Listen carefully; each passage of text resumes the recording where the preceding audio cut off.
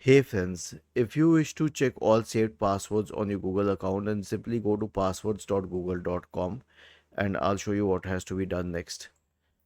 For the sake of helping users, I've shared the link in the description section. Now simply log into the account on passwords.google.com, and well, I don't have any saved passwords. But yeah, this is where you'll see all the saved passwords. Let us try some other account for the sake of this example.